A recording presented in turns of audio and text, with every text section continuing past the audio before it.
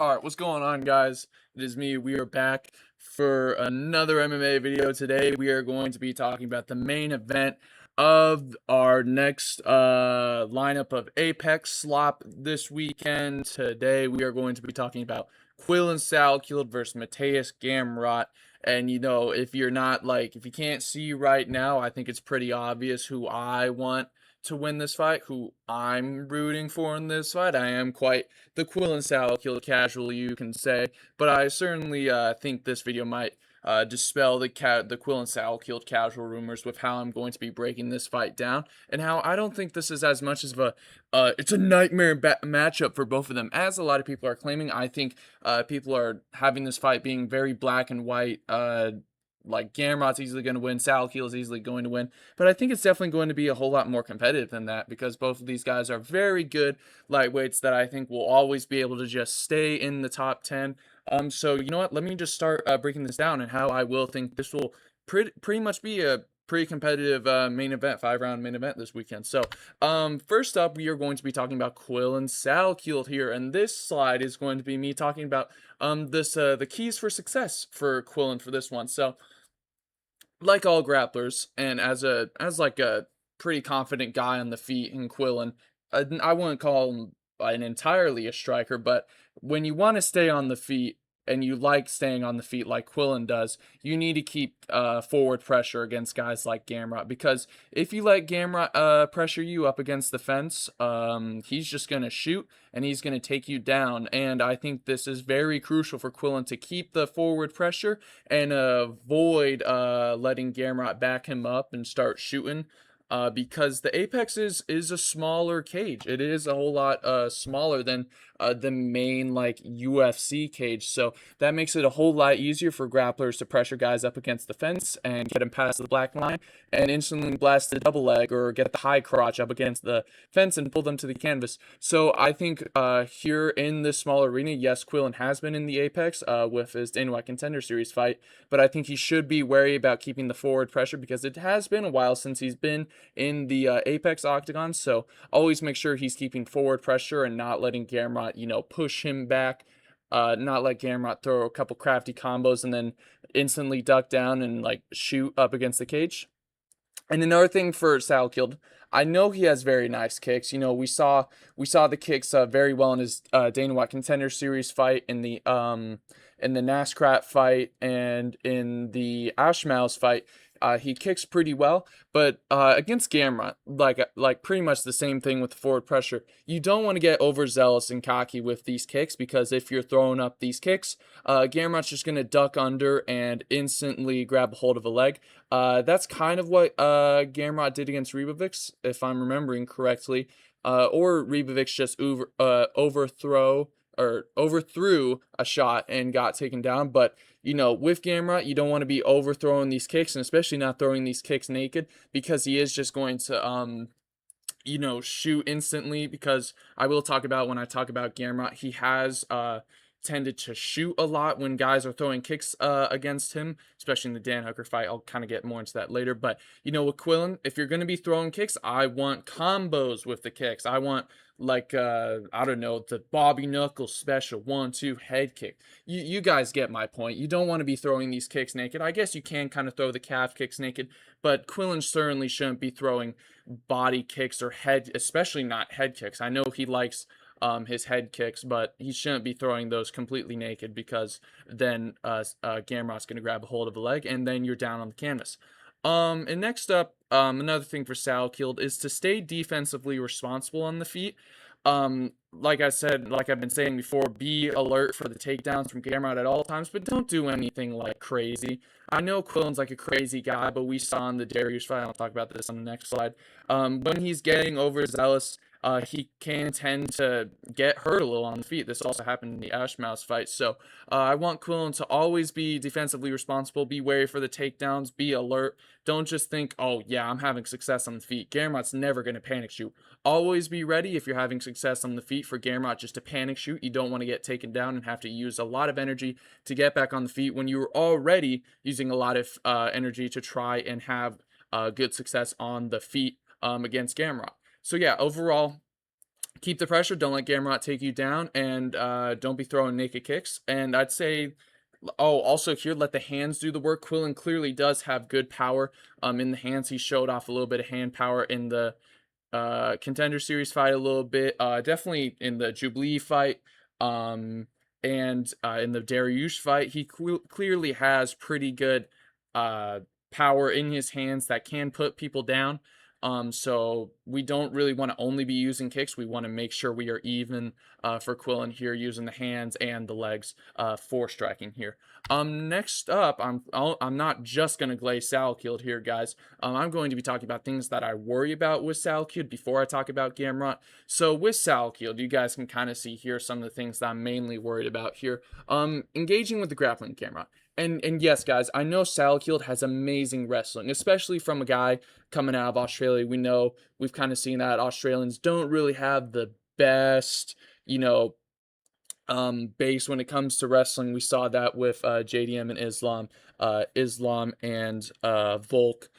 And Jamie Malarkey doesn't really seem to have much good grappling either. He just got cut a while back. So for Salkilld, yes, you do have very nice grappling, but Gamrot is a very, very high level grappler. He clearly has like insane level grappling. And he has competed well in grappling with guys like Charles Oliveira, Armin Sarukian. So we don't really need to be testing your grappling in this one, Quillan. If there is some success with it, like if we get Salkilld caught off guard with the takedown, I think that would be pretty beneficial for Quillan, especially if he isn't really finding much success on the feet. But always be careful for like a Gamrot to roll and scramble and put himself into top position and start getting threatening with arm triangles and rear naked chokes. So I think Salkilld also needs to make sure he paces himself well in this fight. If you guys go and rewatch the Ashmouse fight, in that fight against Ashmouse, he literally, for the first 2 rounds, just shot, wrestled. In those first 2 rounds, really expended himself, just using the wrestling, proving that he can wrestle in that fight against a really heavy-handed guy like Ashmouse. But that did come to bite him in the ass a little in the 3rd round because he clearly gassed out. And there were a couple times where Ashmouse used his heavy hands and wobbled him a couple of times and forced Salkilld to panic shoot. Yes, he did win that fight very clearly, but we want to make sure, because I'm sure Quillan does have good cardio. He has competed in 5-round fights before over in Eternal MMA. He should be holding his gas tank well and making sure we're not just going to be super aggressive. I don't think he should come out there expecting himself to just chin Gamrot in the 1st round. If for me, seeing a Salkilld finish, I see a Salkilld finish in like the third kind of, probably not second, more like a 3rd or a 4th, kind of like tuning up Gamrot on the feet after Gamrot's like gone to the point where it's like, shit, I can't really get these takedowns on this guy. He's just going to scramble, or he's just going to get double underhooks and fight the hands, get back up to his feet, and push me away. So we don't want Salkilld to be too aggressive early. Make sure to conserve his gas tank, because if he gasses out against Gamrot, it's pretty much all over for him. And kind of like being too aggressive, getting too wild, overthrowing, and getting taken down. Takedown. That's meant to say taken down, but I guess it's just takedown. So for Quillan, we saw in the Dariush fight that when he kind of got a little overzealous early, he kind of was going to go throw a hook because he thought, yeah, I'm just going to chinny old Benil. No, he got kind of flash knocked down. That caused Dariush to really get in deep on getting his hands locked, both his hands locked, and like bringing Salkilld to the canvas a couple of times.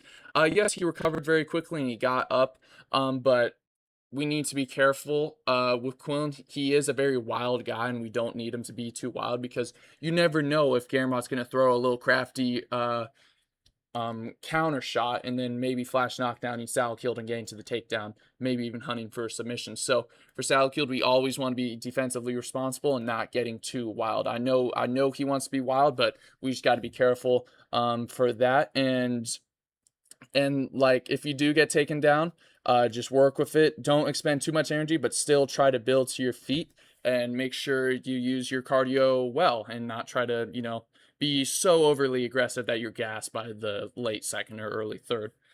So next up, we are going to be talking about Mateusz Gamrot here, and these are some of the routes to success for Gamrot, and this is going to be pretty simple in my opinion. I know a lot of people say that Gamrot has some crafty punches on the feet, but I do think against Salkilld does have a different level of striking than Gamrot. I think Gamrot's biggest route to success here is the grappling. So for Gamrot, I think he should really pressure early.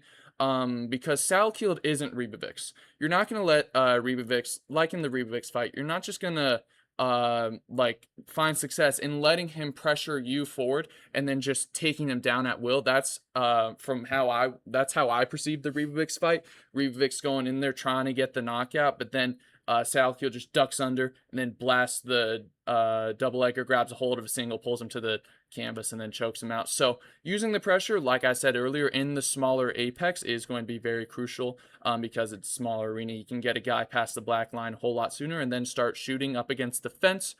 And we do want to use for Gamrot, we do want to use the fence to hold Salkilld down and not allow Salkilld to scramble, because if he's just holding Salkilld in the middle, down on the middle of the canvas, I do see Salkilld finding like a little crafty jiu-jitsu scramble and getting up back to his feet. But against the cage, it's going to be a whole lot harder for Quillan to use his pretty, I'd say, underrated jiu-jitsu skills, somewhat underrated jiu-jitsu skills, to scramble and get back up to his feet and then start getting his offense going. So, and then, kind of like what I said earlier, where Salkilld throwing kicks naked, Gamrot should just shoot if Salkilld wants to kick. Looking back on the Dan Hooker fight, he used this very well. Dan Hooker's game relies a lot around a teep to the body and like kind of like these wonky body kicks he throws. And whenever he'd throw this, I think that Gamrot had pretty well success just grabbing hold of the leg and pull, and then like just blasting the single leg, not blasting the single leg, just grabbing hold of the single leg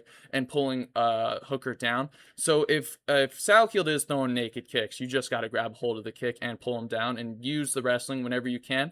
And you know, if you're not catching these kicks from Salkilld and just letting him get his offense going, that is going to be a problem. So he needs to deter Salkilld from using the kicks by just shooting whenever Salkilld wants to kick, grabbing hold of kick, catching the kick, and taking him to the canvas. Yeah, so that's kind of all I really had for Gamrot. I know he kind of has underrated striking on the feet, but I think a lot of his success is going to be stopping Salkild's offense, waiting for him to kick, and dragging him to the canvas. So things I am slightly worried about for Gamrot here is letting Salkilld be the one to pressure and have success on the feet. Like I said, they're like the Hooker fight. When you saw the Gamrot Hooker fight, Dan Hooker was just like completely hell-bent on pushing Gamrot up against the fence and not letting Gamrot pressure him and get the takedowns. And that worked pretty well against Gamrot for Dan Hooker. We saw that Dan Hooker did drop Gamrot in that fight, just pressuring him up against the fence, just shutting him down. And like Dominic Cruz said late in the fight, Gamrot looked very uncomfortable when he wasn't the one dictating the pace, and Dan Hooker was just pressuring him all up against the fence and not letting him just blast takedowns up against the fence like whenever he wanted. And another thing here is not respecting Salkild's grappling. If Gamrot's just going to be there like, yeah, I'm so much better than this kid at the grappling, I'm just going to do whatever I want in the grappling, I'm going to get sloppy on the ground. This isn't very likely of this happening, but there could be situations here where Gamrot isn't really thinking about the potential scramble or crafty submission from Salkilld, maybe on bottom. So he could get a little sloppy here, just thinking he has all the wrestling advantage, and then Salkilld throws up a submission and threatens him with the submission and gets out of the grappling, or he scrambles well out of the grappling, or just builds back to his feet, and then Salkilld gets back up to the feet, and he's starting to work you on the feet, and that's not what Gamrot needs here. He doesn't need Salkilld to be working him on the feet. Not shooting when trouble on the feet. Salkilld does jump on finishes. So Gamrot is pretty good at that. Whenever he is in trouble, he does shoot, like in the Dan Hooker fight. But you need to be careful when you're panic shooting, because if you're going to panic shoot for Salkilld, he is going to jump on you. He does have very good ground and pound when it comes to like a guy like covering up and burying his head behind his hands. He used that very well in the Beneil Dariush fight. So I do think, and even on the feet, I think Salkilld can finish fights on the feet very well and pounce on the submission. So if you're Gamrot, I think probably your best bet would probably just be getting off the feet and avoiding Salkild's finishing power and just blasting the double leg away and trying to put Salkilld on the ground after he was throwing like using all that energy to try to finish you on the feet, and then he's gonna have to work and use more energy on the ground to get back up to his feet, which will wear on his gas tank, and then that could bring you more success in the fight. So I don't think if Gamrot does get hurt, it's an end all, it's like a be all end all with this fight, but I think Gamrot should always just be very careful on the feet, especially since Salkilld has the power, and he shouldn't just like let Salkilld have his success on the feet because Salkild's just going to pounce on him. I'm trying to think. There's not really much else for this fight. Maybe it is a little bit more black and white than I thought, but I do think this will be probably very competitive. I can see this going a lot of like how the Dan Hooker Gamrot fight went. Although Salkilld has a very different striking game than Dan Hooker, I do think he has a little bit better anti-wrestling and jiu-jitsu than Dan Hooker. I know Dan jumped on the guillotine a couple of times. I think Salkilld might even have a little bit of success with the guillotine, but I'm sure Gamrot's used to guillotines because he's been training with the diamond for a really long time. So, yeah, this one, Gamrot should try to get it to the ground, not let Salkilld have success on the feet. Salkilld defends takedowns and starts getting his offense going on the feet. Not much else I can really think of with this one. If you guys have like any inquiries with this fight or any like things I might have missed when talking about these two fighters, let me know in the comments down below. Very excited for this. Very excited to see like what Salkild's ceiling is looking like, and if these unranked guys Gamrot has been fighting like Ribovich and Klein aren't as good as they may have seen to get that ranked fight. So let me know what y'all think about this fight, and let me know if I said something wrong or if there's something I kind of missed when breaking down this fight. And I will see you all guys in my next video, which will probably be breaking down the result of this fight. I'll see you all in the next video. Goodbye.